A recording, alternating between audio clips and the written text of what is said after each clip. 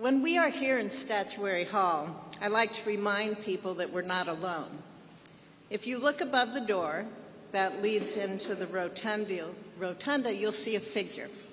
It is Cleo, and she is the muse of history.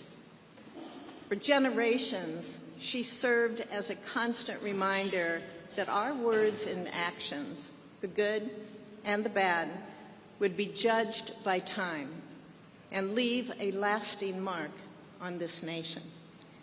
Today, Cleo welcomes one of Nebraska's finest literary artists, Willa Cather.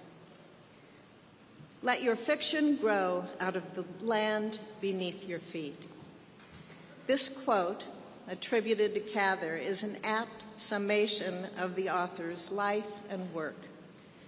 Cather's vivid, reflective writing has become synonymous with the pioneer spirit of Nebraska. Her fiction, epitomized by the Great Plains novel, O Pioneers, The Song of the Lark, and My Antonia, truly feels like it grew from the soil of Nebraska. Cather herself grew from that land. Her family settled in Red Cloud while she was still a child, and her imaginative mind put its roots down there in Webster County. For decades until her death in 1947, Cather was unable to shake her creative spirit away from its home on the open plains of the heartland.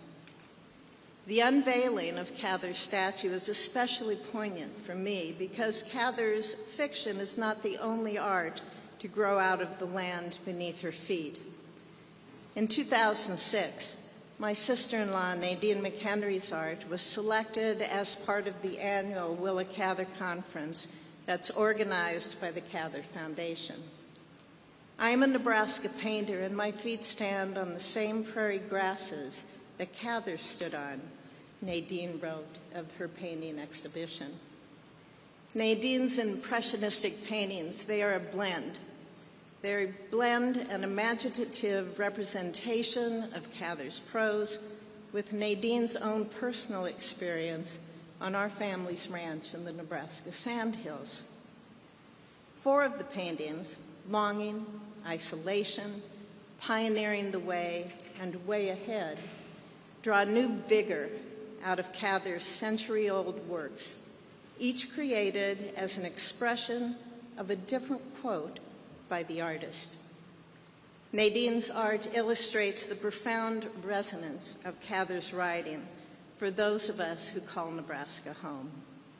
That resonance, that talent, that imagination immortalized in Cather's indelible novels is what endows her with the significance to be placed here in the United States Capitol as a representation of Nebraska's best. I'll end with the words from Cather's Song of the Lark, words that strike a sense of understanding into the heart of any Nebraskan who has read her work. What was any art but a mold to imprison for a moment the shining, elusive element which is life itself? Thank you.